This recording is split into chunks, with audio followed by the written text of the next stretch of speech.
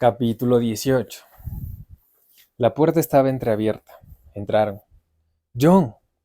Del cuarto de baño llegó un sonido desagradable y característico. ¿Te sientes mal?, preguntó Helmont. No hubo respuesta. El desagradable sonido se repitió 2 veces. Siguió un silencio. Después, con un clic, la puerta del cuarto de baño se abrió y apareció, muy pálido, el salvaje. ¿Qué tienes?, exclamó Helmont afectuosamente. Tú no te ves bien, John. Te siento mal. ¿Algo que comiste?, preguntó Bernard. El salvaje asintió. Sí, comí civilización. ¿Cómo? Y me cayó mal. Me enfermó. Y después, agregó en un tono de voz más baja, comí mi propia maldad. ¿Pero qué te pasa exactamente? Quiero decir, ahora estabas... Ya estoy purificado, dijo el salvaje. Tomé un poco de mostaza con agua caliente. Los otros dos le miraron asombrados. ¿Quieres sugerir que lo has hecho a propósito?, preguntó Bernard. Así es como se purifican los indios. John se sentó y, suspirando, se pasó una mano por la frente. Descansaré unos minutos, dijo. Estoy muy cansado. Claro, no me extraña, dijo Helmont, y tras una pausa agregó en otro tono. Hemos venido a despedirnos. Nos marchamos mañana por la mañana. Sí, salimos mañana, dijo Bernard, en cuyo rostro el salvaje observó una nueva expresión de resignación decidida. Y a propósito, John, prosiguió inclinándose sobre la silla y apoyando una mano en la rodilla del salvaje, quería decirte cuánto siento lo ocurrido ayer. Se sonrojó. Estoy avergonzado. Siguió a pesar de la inseguridad de su voz, realmente avergonzado. El salvaje le obligó a callar y tomándole la mano se la estrechó con efecto. Helmont se ha portado maravillosamente conmigo, siguió Bernard, después de un silencio. De no haber sido por él, yo no hubiese podido... Vamos, vamos, protestó Helmont. Se hizo un silencio. A pesar de su tristeza, o a causa de ella quizá, pues su tristeza era el síndrome de afecto que se tenían entre sí. Los tres jóvenes se sentían felices. Esta mañana fui a ver al interventor, dijo el salvaje al fin. ¿Para qué? Para pedirle que me enviaran a las islas con ustedes. ¿Y qué dijo?, preguntó Helmont ansiosamente.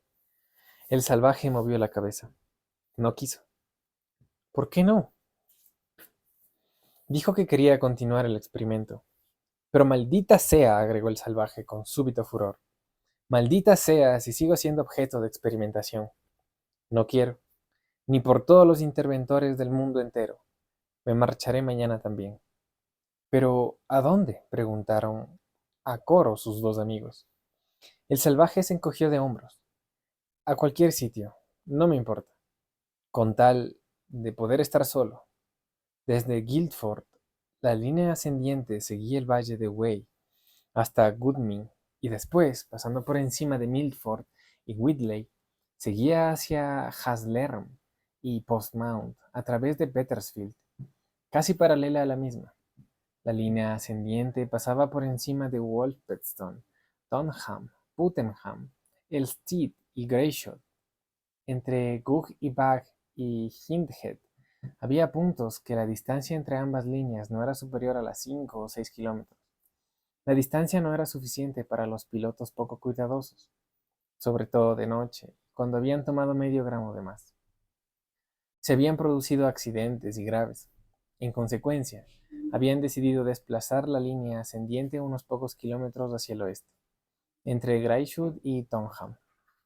4 faros de aviación abandonados señalaban el curso de la antigua ruta Portsmouth-Londres.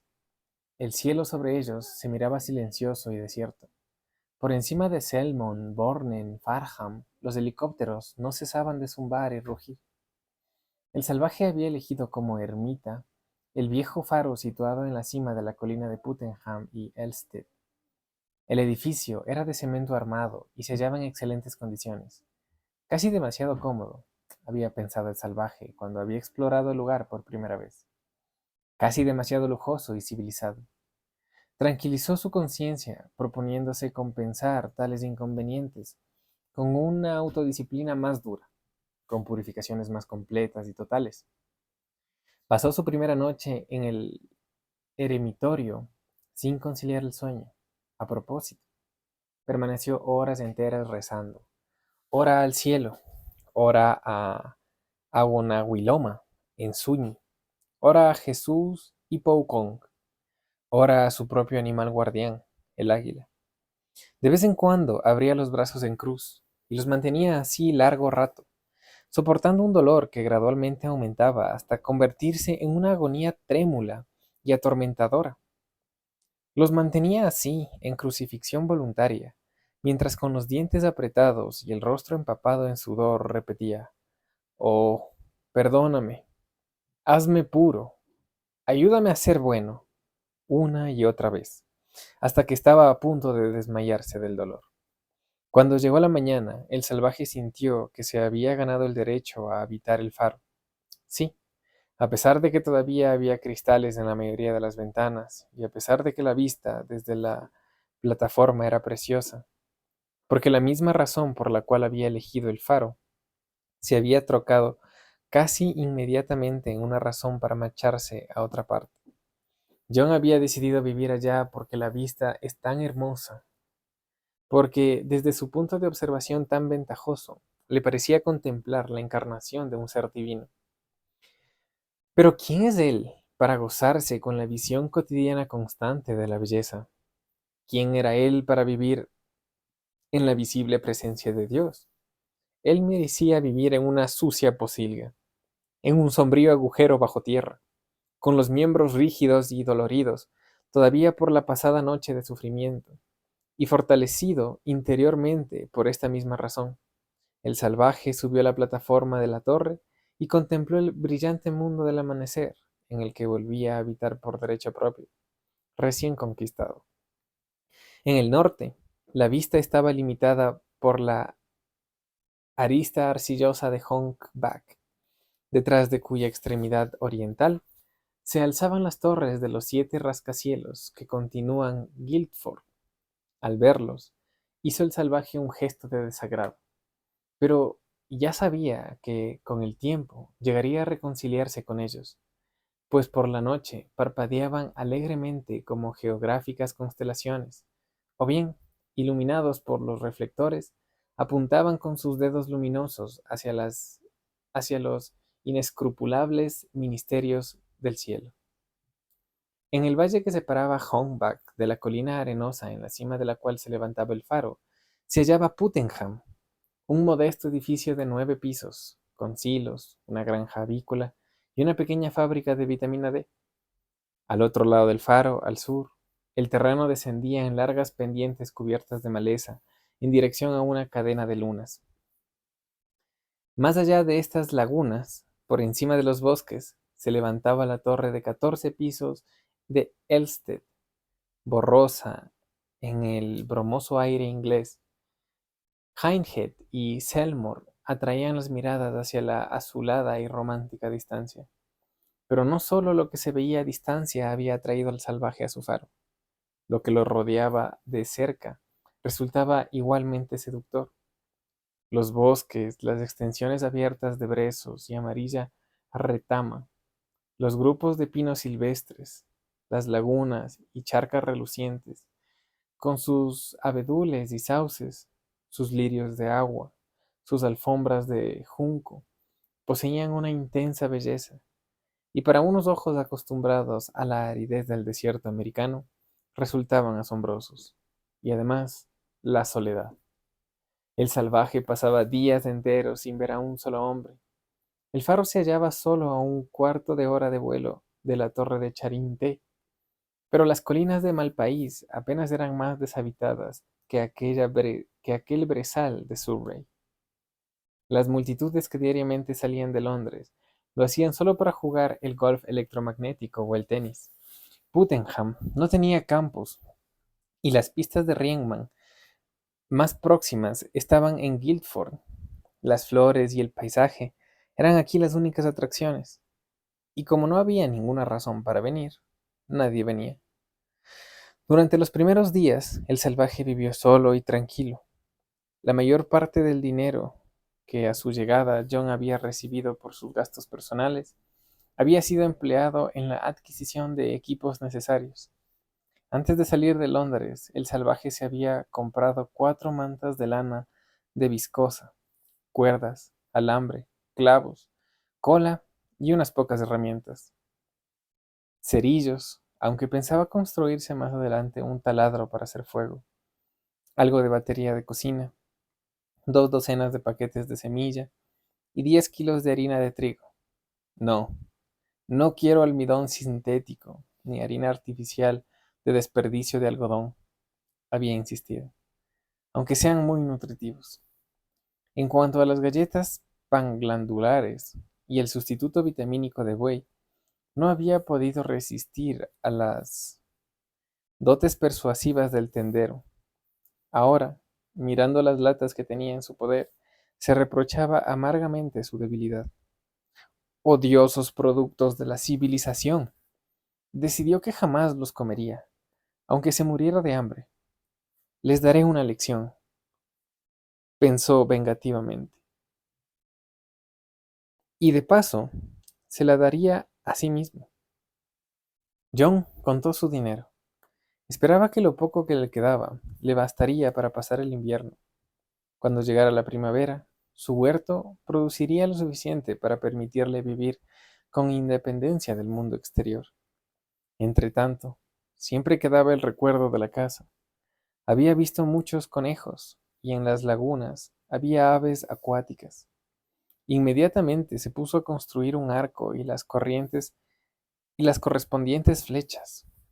Cerca del faro crecían fresnos, y para las varas de las flechas no faltaban avellanos cubiertos de ramas rectas y hermosas. Empezó por tirar un fresno joven. Cortó un trozo de tronco liso, sus ramas de casi 2 metros de longitud, lo despojó de la corteza y capa por capa fue quitándole la madera blanca, tal como le había enseñado a hacer el viejísimo Mitsima, hasta que obtuvo una vara de su misma altura, rígida y gruesa en el centro, ágil y flexible en los delgados extremos. Aquel trabajo le produjo un placer muy intenso. Tras aquellas semanas de ocio en Londres, durante las cuales, cuando deseaba algo le bastaba pulsar un botón o girar una manija, fue para él una delicia hacer algo que exigía habilidad y paciencia. Casi había terminado de dar forma al arco cuando se dio cuenta con un sobresalto, de que estaba cantando, cantando. Fue como si tropezando consigo mismo desde fuera, se hubiese descubierto de pronto el fragante delito. Se sonrojó, aborchonado. Al fin y al cabo, no había ido allá para cantar y divertirse, sino para escapar del contagio de la vida civilizada, para purificarse y mejorarse, para enmendarse de una manera activa. Comprendió, decepcionado, que, absorto en la confección de su arco, había olvidado lo que había jurado a sí mismo recordar siempre, a la pobre Linda, su propia asesina violencia para con ella, los odiosos mellizos que populaban como gusanos alrededor de su lecho de muerte, profagando con su presencia no solo el dolor y el remordimiento del propio John, sino a los mismos dioses. Había jurado recordar, había jurado reparar incesantemente, y ella estaba, trabajando en su arco y cantando, así, tal como suena, cantando. Entró en el faro, abrió el bote de mostaza y puso a hervir agua en el fuego. Media hora después, 3 campesinos delta menos, de uno de los grupos de Bokanovsky de Puttenham, se dirigían en camión hacia la Ilsted, y desde lo alto de la colina quedaron asombrados al ver a un joven de pie en el extremo del faro abandonado, desnudo hasta la cintura y azotándose a sí mismo con un látigo de cuerdas de nudos. La espalda del joven aparecía cruzada horizontalmente por rayas escarlatas, y entre surco y surco discurrían hilillos de sangre. El conductor del camión detuvo el vehículo a un lado de la carretera, y junto con sus 2 compañeros se quedó mirando boquiabierto aquel espectáculo extraordinario. 1, 2, 3, contaron los azotes. Después del octavo latigazo, el joven interrumpió su castigo, corrió hasta el borde del bosque y allá vomitó violentamente. Luego volvió a coger el látigo y siguió azotándose. 9, 10, 11, 12. Oh, Ford, murmuró el conductor. Y los mellizos fueron de la misma opinión. Re Ford, dijeron. 3 días más tarde, como los buitres a la vista de una carroña, llegaron los reporteros. Secado y endurecido al fuego lento de leña verde, el arco ya estaba listo. El salvaje trabajaba afanosamente en sus flechas. Había cortado y secado 30 varas de avellano, y las había guarnecido en la punta con agudos clavos firmemente sujetos. Una noche había efectuado una incursión a la granja avícola de Puttenham, y ahora tenía plumas suficientes para equipar a todo un ejército. Estaba empeñado en la tarea de acoplar las puntas a las flechas cuando el primer periodista lo encontró. Silenciosamente, calzado con sus zapatos neumáticos, el hombre se le acercó por detrás. Buenos días, señor salvaje, dijo. Soy el enviado del radio horario. Como mordido por una serpiente, el salvaje saltó sobre sus pies, desparrando en todas direcciones las plumas, el bote de cola y el pincel. Perdón, dijo el periodista, sinceramente compungido. No tenía intención. Se tocó el sombrero de copa de aluminio en el que llevaba el receptor y el transmisor telegráfico. Perdóneme que no me descubra, dijo. Este sombrero es un poco pesado. Bien, como le decía, me envía el radio. ¿Qué quiere? Preguntó el salvaje, mirándole de soslayo. Bueno, como es natural, a nuestros lectores les interesaría muchísimo. La dio la cabeza y su sonrisa adquirió una matiz casi de coquetería. Solo unas pocas palabras de usted, señor salvaje. Y rápidamente, con una serie de ademanes rituales, desenrolló 2 cables conectados a la batería que llevaba en el torno de la cintura. Los enchufó simultáneamente a ambos lados de su sombrero de aluminio. Tocó un resorte de la cúspide del mismo y una antena se disparó en el aire. Tocó otro resorte del borde del ala y como un muñeco de muelles saltó un pequeño micrófono que se quedó colgando, estremeciéndose a unos 15 centímetros de su nariz. Bajó hasta las orejas un par de auriculares, pulsó un botón situado en el lado izquierdo del sombrero, que produjo un débil zumbido. Hizo girar otro botón de la derecha, y el zumbido fue interrumpido por una serie de silbidos y chasquillos estoscópicos. Al habla, dijo por el micrófono. Al habla, al habla. Súbitamente sonó un timbre en el interior de su sombrero. ¿Eres tú, Edsel? Primo Mellón al habla. Sí, lo he pescado. Ahora el señor salvaje tomará el micrófono y pronunciará unas palabras. Por favor, señor salvaje. Miró a John y le dirigió otra de sus atrayentes sonrisas. Diga solamente a nuestros lectores por qué ha venido aquí. ¿Qué le indujo a marcharse de Londres? Hola, Edsel. Tan precipitadamente. Y dígales también algo, naturalmente, del látigo. El salvaje dio un sobresalto. ¿Cómo se habían enterado de lo del látigo? Todos estaban deseosos de saber algo de ese látigo. Díganos también algo acerca de la civilización. Y ya sabe, lo que yo opino de la muchacha civilizada. Solo unas palabras, unas pocas. El salvaje obedeció con desconcertante exactitud. Solo pronunció 5 palabras, ni una sola más. 5 palabras, las mismas que había dicho a Bernard a propósito del archichante comunal de Canterbury. Hanil sons et sna. Y sujetando al periodista por los hombros, lo hizo dar media vuelta. El joven se mostró provisto de materia carnosa en el trasero. Tomó puntería y con toda la fuerza y la precisión de un campeón de fútbol, le dio un puntapié prodigioso. 8 minutos más tarde, una nueva edición del Radio Horario aparecía en las calles de Londres. Un reportero del Radio Horario recibe al señor salvaje con un puntapié en el coxis. decía el titular de la primera página. Sensación de Surrey. Y sensación en Londres también, pensó el periodista a su vuelta, cuando leyó estas palabras, y lo que era peor, una sensación muy dolorosa. Tuvo que tomar asiento con mucha cautela a la hora de almorzar, sin dejarse amedrentar por la constitución preventiva en el coxis de su colega. Otros 4 periodistas enviados por el Times de Nueva York, el Continuum de 4 dimensiones de Frankfurt, el Monitor científico fordiano y el Espejo Delta visitaron aquella tarde el Faro y fueron recibidos con progresiva violencia. Desde una distancia prudencial y frotándose todavía el adolorido trasero, el periodista de El Monitor científico fordiano gritó: «¡Pedazo de tonto! ¿Por qué no toma un poco de soma?» «Fuera de aquí», contestó el salvaje. El otro se alejó unos pasos y se volvió. El mal se convierte en algo irreal con un par de gramos. Coja, gua, ya. El dolor es una ilusión. Ah, sí, dijo el salvaje, y agarrando una gruesa vara de avellano, avanzó un paso.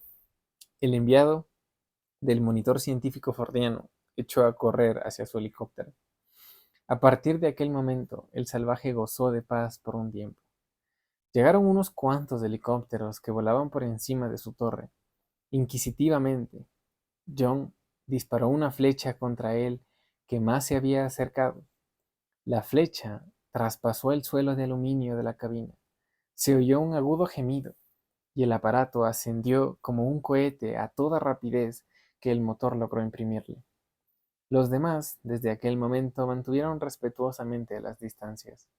Sin hacer caso de su molesto zumbido, el salvaje se veía a sí mismo como uno de los pretendientes de la doncella de Matsaki, tenaz y resistente entre los alados insectos.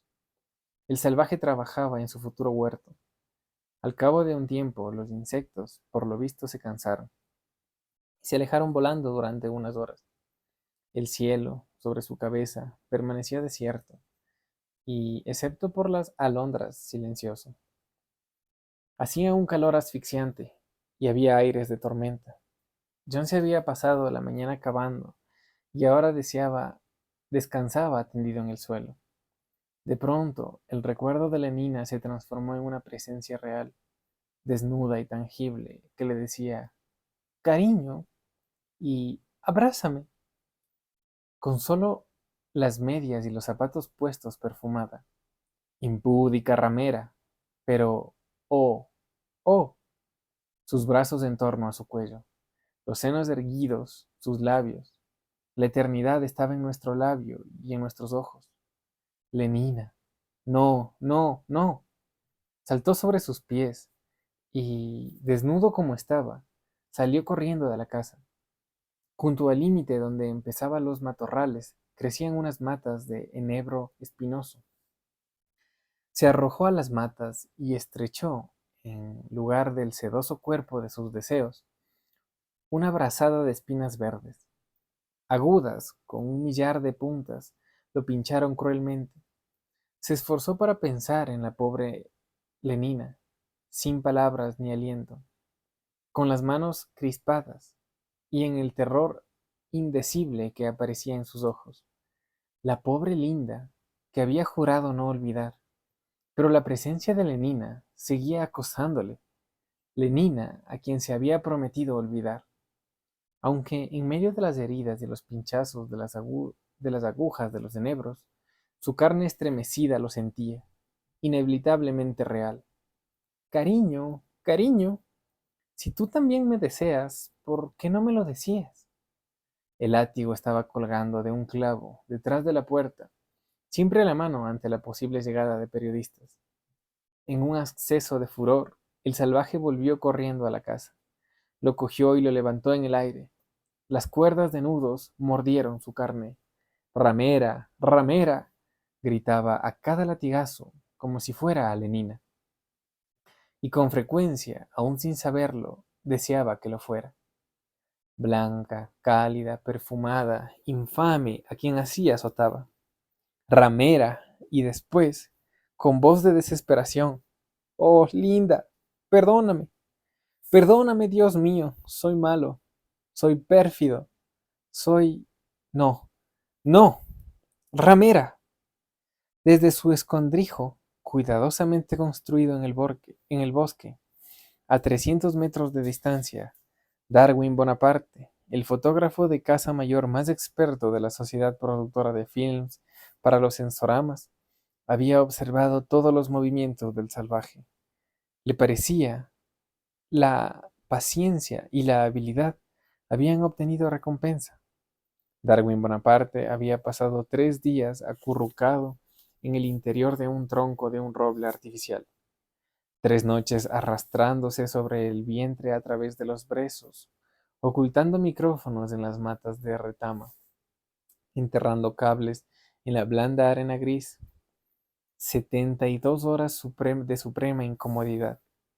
Pero ahora había llegado el gran momento, el más grande desde que había tomado la espeluznante visita estereoscópicas de la boda de unos gorilas. Espléndido, se dijo como el salvaje empezó su número. Espléndido. Mantuvo sus cámaras telescópicas cuidadosamente enfocadas, como pegadas con cola a su móvil objetivo. Les aplicó un telescopio más potente para captar un primer plano del rostro frenético y contorsionado. Admirable. Firmó unos instantes a cámara lenta. Un efecto cómico exquisito, se sorprendió a sí mismo. Y entretanto, escuchó con deleite los golpes, los gruñidos y las palabras furiosas que iban grabándose en la pista sonora del film. Probó el efecto de una ligera amplificación. Así, decididamente resultaba mejor. Le encantó oír, en un breve momento de pausa, el agudo canto de una alondra. Deseó que el salvaje se volviera para poder tomar un buen primer plano de la sangre en su espalda. Y casi inmediatamente, vaya suerte, el complaciente muchacho se volvió y el fotógrafo pudo tomar a la perfección la vista que deseaba. Bien, ha sido grandioso, se dijo cuando todo hubo acabado. De primera calidad. Se secó el rostro empapado en sudor. Cuando en los estudios le hubiesen añadido los efectos táctiles, se resultaría una película perfecta. Casi tan buena, pensó Darwin Bonaparte, como la vida amorosa del chacalote, la cual, por Ford, no era poco a decir. 12 días más tarde, El salvaje de Surrey se había estrenado ya y podía verse y oírse y palparse en todos los palacios de sensorama de primera categoría en la Europa occidental. El efecto del film de Darwin Bonaparte fue inmediato y enorme. La tarde que siguió a la noche del estreno, la rústica soledad de John fue interrumpida bruscamente por la llegada de un vasto enjambre de helicópteros. Él estaba cavando en su huerto y cavando también en su propia mente, revolviendo la sustancia de sus pensamientos, la muerte, y enterraba una pala una y otra vez. Y todos nuestros ayeres han iluminado por los necios el camino hacia la polvorienta muerte. Un trueno convincente rugía a través de esas palabras. Levantó una palada de tierra. ¿Por qué había muerto Linda? ¿Por qué lo había dejado perder progresivamente su condición humana? Y al fin, el salvaje sintió un escalofrío.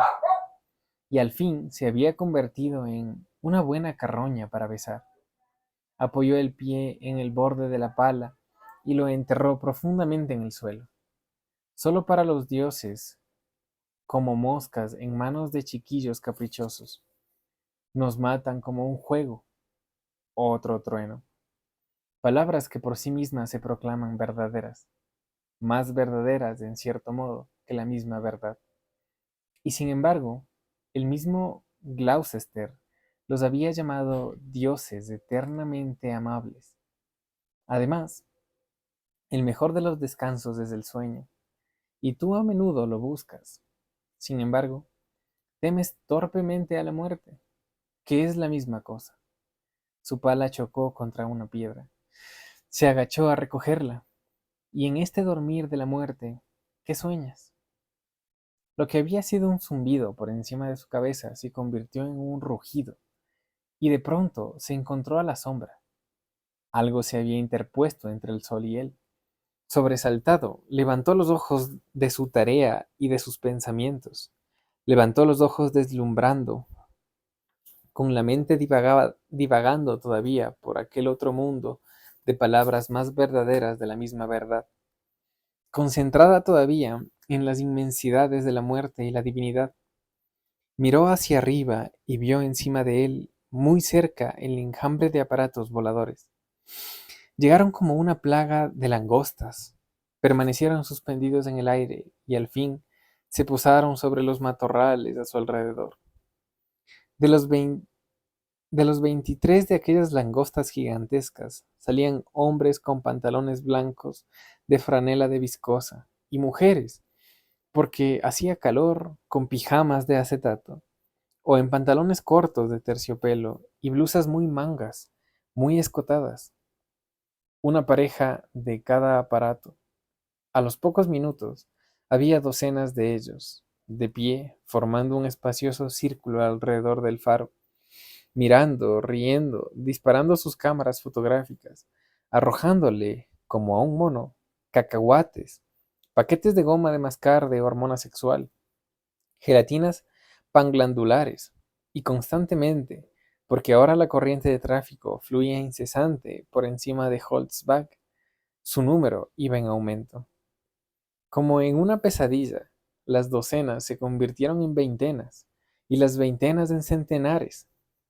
El salvaje se había retirado buscando cobijo y ahora, en la actitud de un animal acorralado, permanecía de pie, de espaldas al muro del faro, mirando aquellas caras con expresión del mudo horror, como un hombre que hubiese perdido el juicio. El impacto en su mejilla de un paquete de chicle bien dirigido lo sacó de su estupor y lo devolvió a la realidad. Un dolor agudo, y despertó del todo, en una explosión de ira. ¡Largo de aquí! Gritó. El mono había hablado. Hubo una explosión de risas. ¡Viva! ¡Viva el buen salvaje! Y entre aquella babel de gritos, John oyó: ¡El látigo! ¡El látigo! Obedeciendo a la sugestión de las palabras, John descolgó el atajo de cuerdas de nudos de su clavo detrás de la puerta y lo agitó como amenazando a sus atormentadores. Brotó un aplauso de irónico entusiasmo. John avanzó amenazadoramente hacia ellos. Una mujer gritó asustada. La línea de mirones cedió en el punto amenazado más cercano, pero recobró la rigidez y aguantó firmemente. La conciencia de contar con la superioridad numérica prestaba a aquellos mirones un valor que el salvaje no esperaba de ellos. ¿Por qué no me dejan en paz? En su ira había un leve matiz quejumbroso. ¿Quieres unas almendras saladas de magnesio? Dijo el hombre que, en caso de que el salvaje avanzara, había de ser el primero en ser atacado, y agitó una bolsita. Son estupendas, ¿sabes? Agregó con una sonrisa algo nerviosa. Y las sales de magnesio te mantendrán joven. El salvaje ignoró su oferta. ¿Qué quieren de mí? Preguntó volviéndose de un rostro sonriente a otro. ¿Qué quieren de mí? El látigo, contestó un centenar de voces confusamente. Haz el número del látigo. Queremos ver el número del látigo. Entonces, un grupo situado a un extremo de la línea empezó a gritar al unísono y rítmicamente: ¡El látigo! ¡El látigo! Gritaban todos a la vez, y embriagados por el ruido, por la unanimidad, por la sensación de comunión rítmica, daban la impresión de que hubiesen podido seguir gritando así durante horas enteras, casi indefinidamente. Pero a la 25ª repetición se produjo una súbita interrupción. Otro helicóptero, procediente de la dirección de Hong-Bak, permaneció unos segundos inmóviles sobre la multitud y luego aterrizó a pocos metros de donde se encontraba de pie el salvaje. en el espacio abierto entre la hilera de mirones y el faro. El rugido de los hélices ahogó momentáneamente el griterío. Después, cuando el aparato tocó tierra y los motores enmudecieron, los gritos de ¡El látigo! Se reanudaron, fuertes, insistentes y monótonos. La puerta del helicóptero se abrió y de él se bajaron primero un joven rubio, de rostro bronceado, y después una muchacha que llevaba pantalones cortos de pana verde, blusa blanca y gorrito de hockey. Al verla, el salvaje se sobresaltó y retrocedió. Su rostro se cubrió de súbita palidez. La muchacha se quedó mirándole, sonriéndole con una sonrisa incierta, implorante, casi abyecta. Pasaron unos segundos. Los labios de la muchacha se movieron. Iba a decir algo, pero el sonido de su voz se perdió ahogado por los gritos rítmicos de los curiosos, que seguían vociferando su estribillo. El látigo, el látigo. La joven se llevó ambas manos al costado izquierdo, y en su rostro de muñeca, atorciopelado como un melocotón, apareció una extraña expresión de dolor y deseo.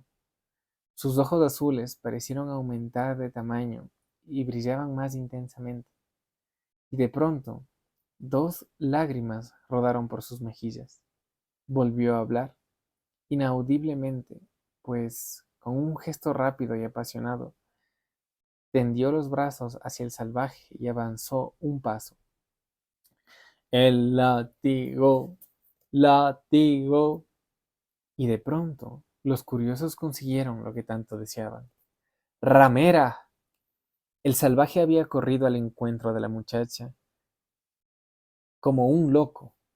¡Zorra! Había gritado, y enloqueció, y enloquecido comenzó a azotarla con su látigo de cuerdas con nudos. Aterrada, la joven se había vuelto para huir, pero tropezó y cayó al suelo. ¡Henry! ¡Henry! Gritó, pero su bronceado compañero se había ocultado detrás del helicóptero, poniéndose a salvo. Con un rugido de excitación y delicia, la línea se quebró y se produjo una estampida que convergía hacia el centro magnético de atracción. El dolor es un horror que fascina. ¡Quema! ¡Lujuria! ¡Quema!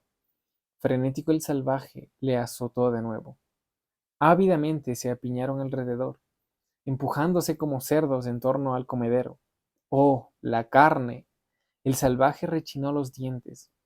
Esta vez el látigo cayó sobre sus propios hombros. ¡Muera! ¡Muera! Arrastrados por la fascinación del horror que produce el espectáculo del dolor, empujados íntimamente por el hábito de cooperación, por el deseo de la unanimidad y comunión que su condicionamiento había arraigado en ellos, se pusieron a imitar el frenesí de los gestos del salvaje, golpeándose unos a otros cada vez que éste azotaba su propia carne rebelde, o a aquella regordeta encarnación de la torpeza que se retorcía sobre la maleza a sus pies. ¡Muera! ¡Muera! Seguía gritando el salvaje. Después, de pronto, alguien comenzó a cantar «Orgía porfía», y al cabo de un instante todos repetían el estribillo y cantando habían empezado a bailar «Orgía porfía», vueltas y vueltas y más vueltas, pegándose unos a los otros al compás de 6 por 8. Orgía porfía. Era más de medianoche cuando el último helicóptero despegó. Embriagados por el soma y agotado por el prolongado frenesí de sensualidad, el salvaje yacía durmiendo sobre los arbustos.